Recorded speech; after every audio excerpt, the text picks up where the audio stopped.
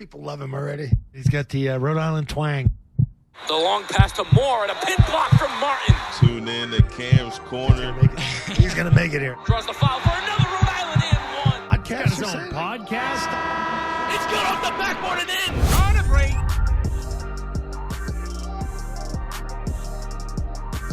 break. We are back, guys. Welcome back to another episode of Cam's Corner. Today, joining me, familiar faces. You guys have seen them all over the map on Cam's Corner. Nic and Tom Comella of StoneHill Football. We've had them on before, about 2 years ago now, so it's been a minute. But that was going into our sophomore year, so your guys' collegiate sophomore years. Before we start and recap a little bit of things, like this summer now, going into your senior years, you guys started up your own training sessions, giving back to the youth of the kids in Rhode Island. So kind of like for both of you guys, like the inspiration behind that, why'd you start that up, and how it went now that school's going to be starting up soon. Yeah, we had a lot of unique experiences through our high school and collegiate careers so far. So I felt like we could relate to a lot of these kids nowadays, going through different variables of their situations. And I feel like we have a lot to give back to the community in a football way. So we wanted to help the younger kids go to college and potentially start a career kind of like ours in college. So yeah, I always say I wish I knew what I know now back in high school. So to try to be that person for someone else, regardless of just training people, but the mentality behind it, and just giving more explanation to things that I wish I knew back then. That was kind of some of the inspiration behind it. Was it mostly kids from your old school at Hendricken, or was it kind of any kid that reached out to you guys through social media? It was just kind of anybody? We would train anyone, pretty much any ages, but it happened to be more guys from Hendricken because we were obviously a familiar face there. They saw us while we were there and stuff, so most of the kids were from Hendricken. Yeah. And what was it like speaking there too, because you guys had the opportunity from your old coach to speak to Hendricken's current roster.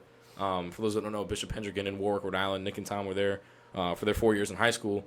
But again, giving back to them, being able to speak to them and kind of give words of wisdom in a way. What was that like for you guys now that you guys are entering your last year in college? It was pretty cool because when we were there, we had guys like Quiddy and Xavier Truss, who we played with, but we had some really great guys come talk to us that were at, high levels that we thought, obviously we're not at Quiddy's level or anything, but, still at the next level, being able to, share experiences and share wisdom. I don't know how much wisdom we have, but just share different experiences and lessons and stuff was pretty cool. Yeah, I know. I always wish I listened to these guys that were at that next level a little bit more carefully when they came and talked to us. So hopefully they listen to us and stuff, because once you go through an experience, you learn a lot from going through any experience in life, especially when it comes to football. Right, and there's been a ton of athletes that came out of Hendricken, not only just football, but basketball, baseball. A lot of athletes that are excelling in the professional world now. So that's, I'm sure you guys were honored to be able to do that.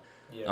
Hendricken is crazy because it's super humbling, because you think you're doing so well in your sport, but then you're in math class with a guy who's the best swimmer in the entire state, and you're like, all right. And the next to him is the best, one of the best pitchers in the whole region. And it's maybe I'm not as good in my sport as I really thought. Being surrounded with people that are super talented in their own sport, it kind of just humbles you and kind of opens your eyes to different sports and perspectives and stuff.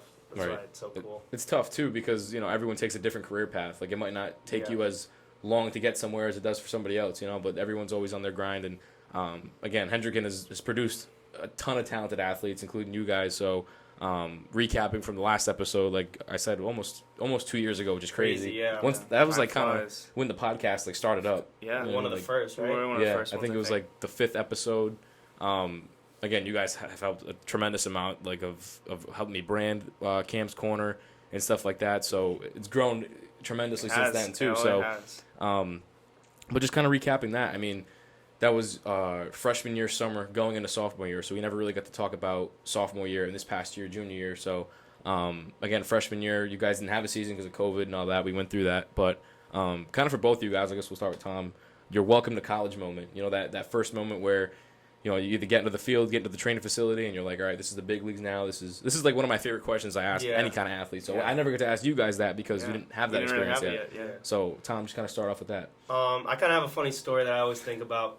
So we didn't have a season, but we still had a spring ball. So it was kind of, it was pretty high intensity because we didn't have a season. So the spring ball was basically our season.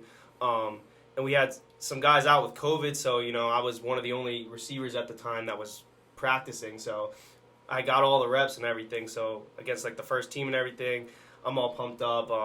I go like, we're just in the uppers, so it's like 2-hand touch or whatever, and I have like a 20-yard catch over the middle. I catch it and I kind of get like stuck. Like the kid tackles me, which no one was really tackling anyone. Starting safety who ended up being a captain, shout out Mace, love him. But he tackled me, and I just had a big play, and I was kind of pissed off, and I kind of like talking to him, like kind of like threw the ball at him a little bit. Like I just made a big play, showing him that I'm like here and stuff. And next play comes around, and we run like an outside zone to like the left, and I'm in the slot, so I got to block like whoever's like coming to make the play. And I'm looking, the guy I saw to block like blitz, so I couldn't block him. And then out of nowhere, Mace comes and he lays me out. Oh, he lays me out so bad. He gives me a good one. And so I got up and I was like, damn, like I better keep my mouth shut for a little while, just kind of do my thing. So kind of like a welcome to college moment, to kind of like kind of respect, like a little bit of karma. A little bit of karma, but definitely like welcome to the big leagues type of play. And then Nick, you got to get in a few reps in your first year or second year at the collegiate level. Just kind of like, your expectations throughout like practices and stuff like that, like building up to that moment in your first game. If that was like your welcome to college moment, or if there was something before that, like that kind of like the same question to Tom, like your welcome to. I guess my welcome to college moment would be, I would say it was halfway through the season of my sophomore year. We were facing New Haven, who was one of the best teams the best team in our division, in Division II. So we were scouting them, and we were watching. At the time, we were watching special teams, and I was counting through which guys I was like, I'm gonna have to block, and I looked at the guy I have to block, and then I checked the roster again. It's like 6'6", 270 pound, 6'6", 270 pound tight end. And I'm like, I look, and then we start watching the rest of their film, and we go through this tight end, number 86, he's their best player. He's leading their team in receptions right now. I'm like, why is this guy in kickoff? And I have to block him. And to mind you, I have to be the first guy. I basically run 10 yards back, sit there, and wait for him to run at me while I'm staying there, and I have to block him. Like, this is going to be a long game. And we get in that game, and I'm like, hopefully this guy doesn't run full speed. But when we get there, he's running full speed. Yeah. He's running right at me, trying to take my head off. I'm sitting there, and I had to block him 6 or 7 times that game, and a couple of times, he just threw me right out of the way. I held my own for a couple of them, but man, I was like, I'm gonna have to block guys like this throughout my whole college career. I was like, this is gonna be a tough one. So was that your first game? No, that was not my first game. That was about halfway through the season. My first game, actually, that's another interesting story. So it was week 3. Week 1 and 2. Week 1 we were home, but week 2 was away, and I didn't even make the travel squad that game. So week 3, I wasn't obviously expecting to play. I was the number 2 on all the special teams, and in probably the third quarter, one of the guys goes down on kick return. He goes down on as a corner, but he's also on kick return. And I didn't even put the 2 and 2 together. But right before kick return goes on, coach turns to me and goes, "Nick, you're going in." One of our guys got hurt, so I was like, I didn't expect this at all, and I didn't even get a warning at all. Yeah. I just, Nick, you're in type of thing. So I go in there. I did pretty well. I was a little nervous, but I did well, and I played the rest of the game on kick return. And the next week, coaches liked what they saw, my effort that I gave that week, and they left me on the starter for that kick return spot. And then throughout the season, I did really well there, and they put me on other spots on special teams. And by the end of the season, I was pretty much on all the special teams. So that's another, I guess, word to advice for other college athletes or just even high school athletes is if you find a way to get on the field, give it 110% and make the most of it, because then they will find a spot for you eventually on the field, and it's always works out in your favor. Yeah. So that expectation, you really didn't have any expectations. I didn't have it. I was like, I'm not playing. It's something crazy would have to happen, but that's always how it is. It's something unique is gonna happen to where you end up getting your shot. So you gotta like everyone says, as cringy as it is, when you get your moment, you gotta make the best of it. Yeah, because like you said, the coaches pick up on that, players pick up on that. Like you get respected for it as well, and it goes a long way. That's in anything you do, not just playing, a sport, but any opportunity you get, you get to excel, just take it in stride, like you did, and like you did as well. I mean that it took you a little bit longer, like we were talking about in the beginning. Like not everyone's paths, are synchronized. Like you got to take a little bit longer than others, and kind of like the mindset throughout that year, because you were obviously sidelined for the whole season, and what was practice kind of like, your first year or your first real year at the college level, Division II. This right now you're at a receiver, right? Because now we'll No, talk I'm about a it. running back now. But at that, No, I'm saying like at that point, yeah. at that point in time, you were a receiver. We'll talk about how that position change occurred. But at that point in time, like, what was your mindset like throughout that season? Yeah, so obviously like training camp is like the biggest spot to try to solidify your spot in the depth chart and everything. And I was working, trying to do my thing, and then had a little hamstring injury that kind of bothered me, and that's kind of sidelined me for like the rest of camp. So I kind of got, you get lost in the shuffle a little bit. You're trying to fight back from injury, and then you're trying to get on the field. So, just fighting that. It happens to everyone. Everyone gets hurt. You can't always, plan for it, expect it. But then, after that season, I was kind of trying to figure out like where my spot would be on the team, how I could contribute, and our running back had just graduated, and we had a lot of receivers in our class. And a lot of ones that we recruited that were really good. So, I went up to the coach and I said, I think I want to change my position. I want to go to running back. I think, I want to contribute, and this is how I see myself contributing and they to were the on team. board. Yeah, and they were on board with it. They thought it was a good idea. And then from there, I kind of just, had to learn the playbook again from the running back perspective. And then, took what I learned from the receiver game and then, applied that because I still catch the ball out of the backfield and everything. I think it made me a better running back for it. So, everyone's path is different, but I actually wouldn't change mine. I actually enjoyed playing receiver and then making the switch because I think it made me a better running back, to be honest. What was the toughest part of that transition? You got to learn the playbook again from like a running back perspective. You know the plays, but now you need to know pass protection. You need to know the run plays, which I didn't really need to know all that much as a receiver. I just needed to know like pass concepts and some of the blocking. But yeah, it's like learning the playbook again when you thought you already knew it because you're a sophomore going into your junior year. So just getting more comfortable at a new position, which is always a challenge, even if I've played it before, which I have. Yeah, so you weren't, I mean, like you said, you weren't running back that sophomore year, a lot of complications, but a lot of stuff happened in the offseason. You guys jumped from D2 to D1. Yeah. Correct me, the SEC, right? NEC. NEC, okay. I wish just the SEC. Yes. Yeah. A lot more televised games than that. Yeah. But, so you guys play like schools like, what, like Marquette? No. I mean, not Marquette, I'm sorry, Merrimack. Merrimack, Central Yeah. Connecticut, Long Island University, Sacred St. Heart. Francis. So, I mean, just knowing that you guys are going to be a Division I school, that off-season kind of, again, like that mindset, like what is that like? What is going through your head? And is there any different preparation going into that year? Like stuff like that? Because it's a big jump. It's a big jump. And not that this season didn't mean anything, but you guys weren't eligible to participate in playoffs, correct? Mm-hmm. Yeah. So, obviously, we'll get into that too. But, again, like expectations for that year starting off. Yeah, so I think what really changes, in our opinion, was the level of competition definitely took a big jump up. And obviously, we're going to have to work that much harder to be a better team at that point. So for every individual and as a team, we have to work that much harder. But again, I don't think too much of it necessarily changes. We still have the same goal to be the best team in the conference no matter what teams we play. So I don't think too much of it really changes at that level. For me personally, is from what I saw. Yeah, it's kind of like outside and like noise. You kind of want to focus on like yourself, like the team and everything. And it's like, regardless of who we're playing, you got to trust that you're like in your preparation and your work. That like no matter who the hell they roll out there, we're gonna beat them, kind of thing. But there was like nothing in your eyes that you saw different as far as preparation. It's kind of like the same. Our preparation was kind of similar. I mean, if it was gonna work then, it should work now.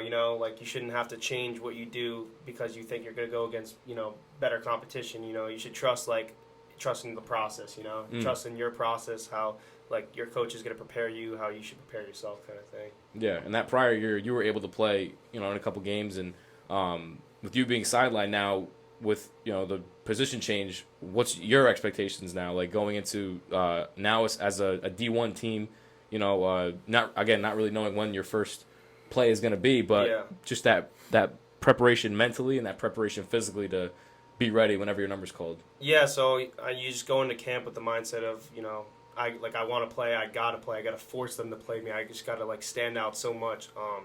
And, just like my brother, special teams was, the first opportunity I got to do that. So our second game, I believe, but it was my first game playing. I'm in on punt block. So I'm the rusher, but I'm right over the center. And some teams block it up the center doesn't block you, but they have two guys that are kind of waiting there right in front of the punter, and they're going to block you, and it's usually hard to get by them. But for what it was, so the first play, whatever, they blocked me normal, whatever. Then he has a huge play like the next drive on kickoff, and where he lays someone out, and there's a fumble, and we end up scoring a touchdown. So I was super pumped up for him. Like I was going nuts. I was going nuts on the sideline, and I got him in one play. This is the first quarter. We're up like 14-0 or 21 after that. 21. Then the next drive they go 3 and out, and then I'm going up for the second punt block, and the guys that were supposed to block me, I don't know if I made a miss or they just didn't block me for whatever reason, but I ended up going. I go block the punt. I'm pretty sure my eyes were closed. Like I never blocked the punt. He put his hands up. Yeah, I put my hands up, hope for the best. And then I remember like the ball kind of hitting my hand, and then it just like it kind of bounced perfectly right into the end zone because they were backed up. And then I recovered for a touchdown. So like my second ever play, like, is a touchdown on on a special team, which is like a huge play that like you would never really doesn't really happen much at all. So he was also on that special team. So after I scored the touchdown, I was like the first guy there. Yeah, which is funny we how jump that up worked. or whatever. But pretty surreal moment. You never expect your first touchdown. As a running back, you don't expect your first touchdown to be on special teams. But took advantage of my opportunity, which really opened the door for me to play more on special teams. But also on offense too. Yeah, you don't expect that, and you don't expect your brother to be there, the first person you see Yeah, in the end zone. I know, That's right? pretty cool. Both pretty ironic. He was pretty pumped up too. But What's the adrenaline? Like you said, you had your eyes closed. You just yeah, you didn't expect to block anything. I mean, like, you kind of you're kind of in shock, to Yeah. be honest. It's like such a surreal feeling. Like I remember just jumping up, going nuts, like act like you've been there before, Yeah. but I hadn't been there Even before, so even I for don't know me why. on that big play that I had, just the drive earlier, it happens like this. It feels like I just blacked out for a second. Yeah. Like I hit the kid, and then the next thing you know, the ball's in the air, and I open my eyes, and he's in the end zone. I'm like, what just happened? But it's then you get really excited, obviously, something good really happened. But it just happens in the blink of an eye, and you have so much adrenaline going through you that it takes you a minute to comprehend what just happens. But that's one of the best feelings in football when something crazy like that happens. Yeah. do those feelings kind of occur to you guys a lot, throughout any kind of game? Whenever you have your time to shine, you're like, all right, this is I'm in the game. I gotta, like you said, make the most out of every opportunity. Is that feeling? Obviously, it's not as hyped up like that, but does that kind of carry with you? To kind of keep that, motivation and just drive to keep those plays coming. You know what I mean? Stuff like that. Yeah, I mean, you're kind of in the zone, so you're kind of just focused on what Right. you have to do when you have to do it. And then when something kind of unique like that happens, it kind of surprises you a little bit. But at the same time, if you're kind of doing everything you're supposed to every play, those big plays are bound to happen. So when they do, I guess you're not too surprised, but at the same time, it's something you want to enjoy when they do happen. And those games, the ones that I wasn't able to go to, I worked for Rhode Island football, on their sideline, doing a lot of their reporting and stuff, and I would have one earbud in, and I would be listening to your guys' game. I think it was. Did you guys score 70-something points? Yeah, that was that game. That was that game. Yeah. That was the game. Yeah. That was the one I had a couple of games in my ear, and the announcers are going obviously going crazy. You don't see that every day. Yeah, But yeah. and then your guys' numbers were called, and your buddy Chris, he took a lot of pictures. Those moments, those will live on forever. You know what I mean? Those pictures and those calls. And prove it to our kids someday. No, we actually we that played was us. Division I Yeah. football. Yeah. And we scored a touchdown. That's awesome. But so that was against a Division II school. Yeah. Your first Division I game against a Division I school. Was the very next week. So Yep. just run me through that, your So, preparation and everything. Like I said before, you don't really know how much better the competition's going to be, but you kind of just prepare the same and trust in your preparation. Your coaches are going to put you in the right position. So you get out there and I think that was the most people we've ever had at a home game. Obviously, it's a Division I game. It was a huge Who was moment. it against? Duquesne. Dukes. I don't know if I don't think I it was was there. kind of raining. It was kind of crazy because there were so many people there. It was a huge moment for our school because everyone had moved up to D1 and this was one of the first Division I games. Yeah. And we just rolled in and kind of just played our game. We didn't think about all the extra who are they, are they this good or not? Yeah. And we ended up making some big plays, as a team and had a big pick at the end. And we won, and it was surreal. Like going to your first Division I game and then coming out with a win, it was huge. It was awesome. And they were one of the best teams the year before. Yeah. But I mean, again, I would say you still are a little like anxious. You hear all that outside noise. Like, are they be able to play Division I? It's a lot better competition. Obviously, they be able to hang with these teams. But so you are obviously very anxious and nervous about how the game's going to go. But once you get in there, again, it's football. So you just play like how you always play it, and ended up going our way that day. So. Did you feel like your role changed at all, like as far as like on the defensive end, like I know you played special teams as well, but do you feel like your role kind of, I guess, more of like a purpose, or like you felt like you were getting the reps that you deserve? Well, that was only the next week, so that was week 3, I think. So I mean, not much has changed from the next week. I meant from last year, sophomore year now to this your junior year. Yeah, overall. I mean, obviously I was in on a lot more special teams, kind of like leading those units specifically. Getting in the week before, I got in on defense a couple times, made a couple nice tackles, and then at that point you're hoping that you can get in that defensive rotation and play a little bit more. But I definitely felt I was ready to play and felt I knew the playbook well, and I felt physically I could hang with these guys for sure. Yeah, and you too, Tom. Like the overall season, just obviously having like a very successful season for yourself as the backup back, and just. Again, like just that overall season outlook, like how you felt like it went, and maybe like a memorable moment where you're like, all right, like thinking ahead for the future, like, I'm going to be in this spot next year and maybe even a better spot as well. So just kind of like that overlook of last year. Yeah, as a team, first off, like, there's no moral victories. Our coach says it all the time, but like, we lost a couple one-score games that we thought that, a couple plays that we execute a little better here and there. We're up there towards the top of the conference. So just about every game we played in was super close. Yeah. So, we played really well as a team, for the whole year. But personally, you never really know what to expect. And, an injury goes down and, I had to kind of step up. It was about the 4th game of the season. And the second play I was in the game, I caught like a 60-yard touchdown, brought it to the house, and it was my second play, so I wasn't really in the rhythm of the game yet, and I hadn't had too many, carries up until that point of the season, and, then I got into it. Then I was like, all right, I belong here, you stop questioning everything. You're like, finally, like, the hard work is starting to pay off, and then you don't have to think. You can kind of just play football, which, we've been doing our whole life, so at that point, it's just having fun, which is the best part. Yeah, and is there anything else that you guys think of when you think of your junior season? Obviously, we talked a lot about, big games, the switches from D2 to D1, but, like, anything you think of when you think of last season? Obviously now there's a lot of things going through your head as far as preparation for your potential last season, but when you think of junior year, like, what else kind of sticks out to you? I definitely think like the new like sense of being a Division I football team, and just kind of the change that there is still a change. You're playing different opponents that you've never played before. Yeah. Different weeks, there's different rules, there's different paperwork. It's just a bunch of just new stuff that you're kind of getting adjusted to. So I mean, couple that with all the playing football is still it's changing every day, and the playbooks and the plays are always changing. So. But I would say that. But again, it's football. We've been doing it our whole life, so it's still football at the end of the day.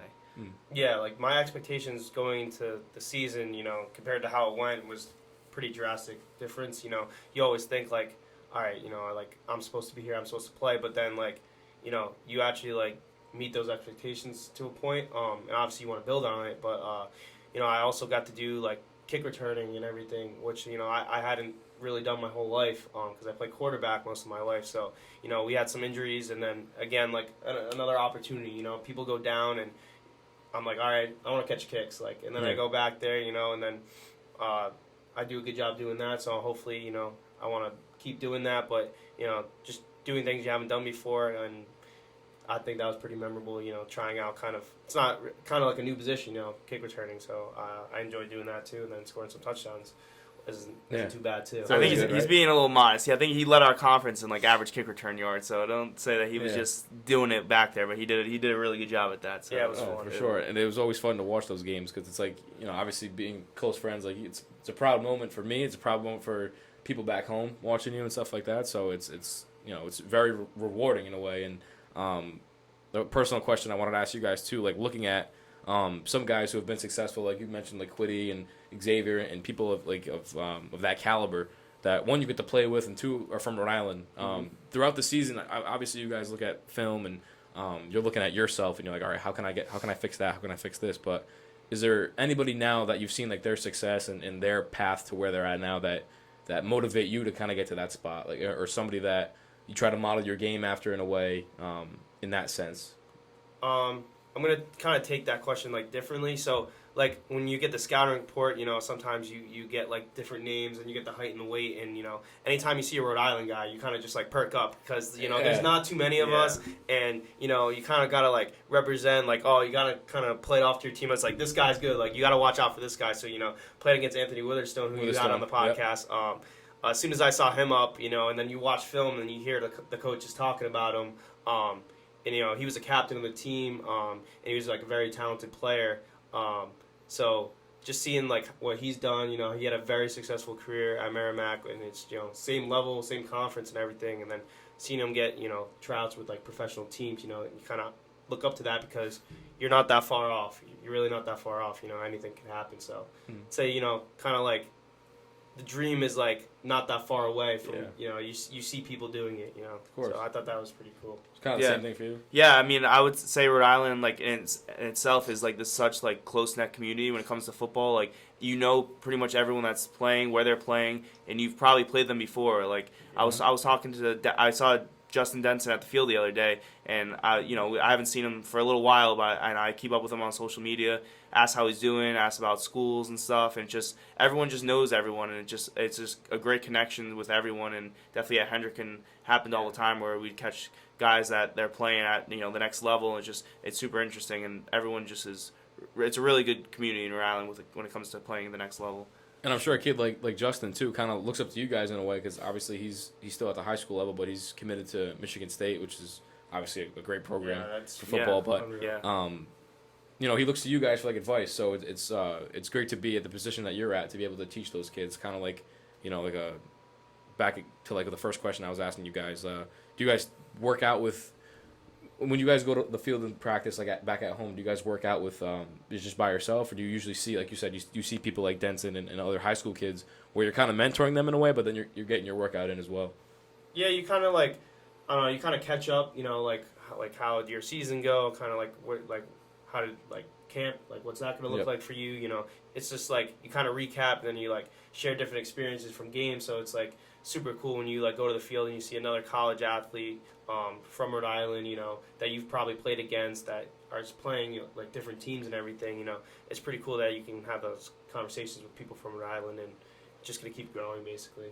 I think so. So kind of like wrapping everything up, we talked about from the beginning of the first episode that we talked a couple years ago, and now everything that you guys have been able to accomplish, now potentially coming into your last year at the collegiate level, at the Division I level. So you guys have still no eligibility for playoffs, right? You have to wait one more year. Yeah, but we can win the conference. They just changed the rule. Actually, we can win the conference, so that's our goal. That's your goal, yeah. So outside of that, just individually and as a team, just your expectations and what you want to achieve, like I said, individually and as a team. So like the goal is like to win the conference, that's my goal. That's our team's goal. Like individual success, come second. Yeah, kind of come second. Like I'd rather like have fun and like win than like any like accolade I could really get like individually. Like I winning the conference would just getting that ring, like that's the goal. Deal. Especially like a newcomer to Division I. Like it'd be, if we could go out there and win the conference, and that'd be awesome. And it's been a few years since you guys have captured a title. So we're used to winning all these championships, so we gotta get back to that we're spot. itching for one. So anything like individually, is it kind of just you want to get this for the team, and you want to get this to like have those memories to look back on? Individually you want to like contribute. Like it feels good to like contribute to that success. So anything that I could do like in a game, it could be kick returning, running, special teams, like anything. Just if I feel like I did my part in helping the team win a game or the conference, like goal achieved at that point. Yeah, I mean, it's our senior year, so I mean we got to make the most of it. So any way that I can contribute or play and stuff, it would be awesome to contribute in any way possible. But yeah, of course I want to play as much as possible, as many snaps as possible, and make plays and make plays. So that's the goal, obviously. But then to come down with a win would be great. every game. Exactly, for sure. And as far as preparation now in your last year, camp's going to be starting up next week. When this episode comes out, you guys will be, I think, either halfway through your first week or just about starting it. So kind of, again, like I said, anything different as far as preparation for your last year? Yeah, I mean, it's a lot easier going into camp like your senior year than it is going in your sophomore year. You learn how to do it. You just, you become more efficient kind of like in your process and everything. Everyone's got their process of how they stretch, hydrate, get ready, eat, all the little things, We could talk a whole episode about how we changed the way we stretch and eat. And all I mean, we've, completely changed the way we, prepare for football. That's like one of the biggest difference I've seen, like going from high school to college is, how we've prepared, eating, stretching, watching film, all those things, are we spend way more time on now than we did at the high school level because the separation of talent isn't as big as it was in high school. So, if you want to be better, you got to do all those little things to kind of put yourself over the edge. So, I'd say just kind of trusting my preparation that I've kind of done for 2, 3, 4 years now, and just keep working hard, I guess. Yeah, like we said, there's a ton of stuff that we wish we knew in high school that we know now, and that's definitely one of the things that we've learned throughout the college career is just the whole preparation process and what works well for us and what doesn't. Yeah.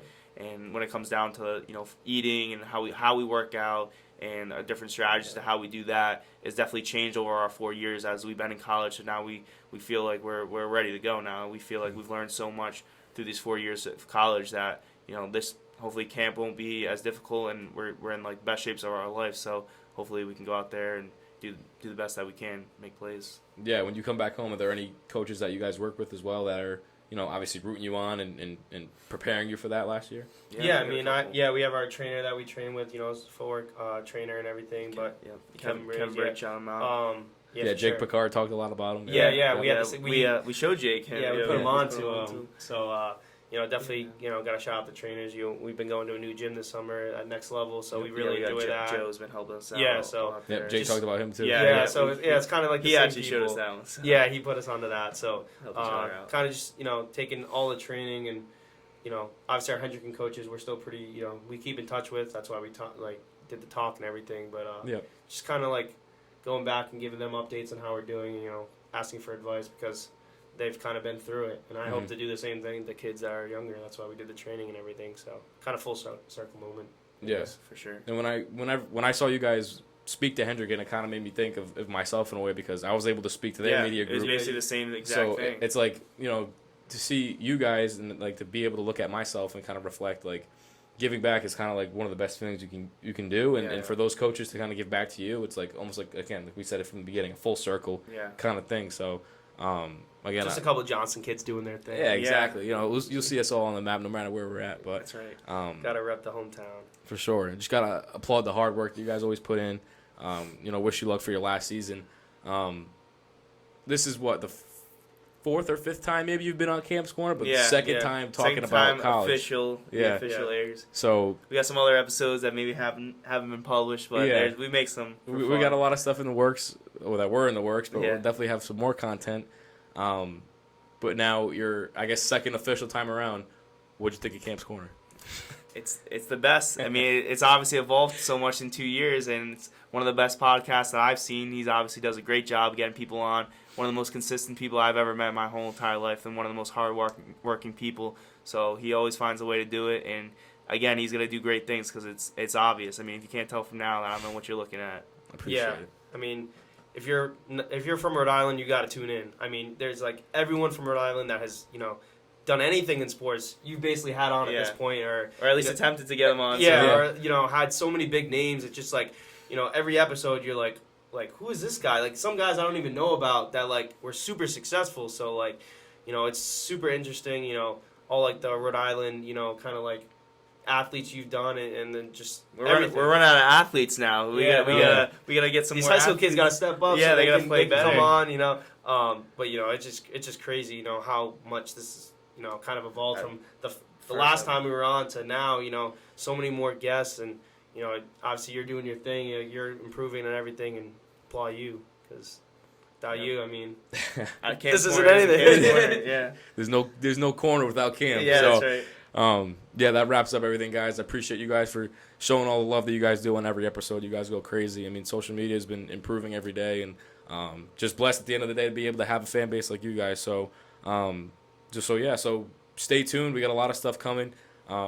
This is just the beginning of more stuff to come. So keep subscribing, like, comment, subscribe. Any ideas you guys have, any athletes that want to come on and share their journeys, like, hit me up on all social media at Cam's One Corner on Instagram and Twitter, Cam's Corner on YouTube, so it's easy to reach. But again, at www.camscorner.org if you want to check out the website and everything like that. So go run Cam's Corner up, and we'll see you guys in the next Like and episode. subscribe, baby.